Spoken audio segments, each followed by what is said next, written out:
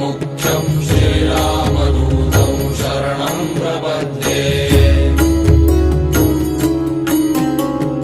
मनोजवं मारुततुल्यवेगं जितेन्द्रियं बुद्धिमतां वरिष्ठं वातात्मजं वानरयूथमुख्यं श्रीरामदूतं शरणं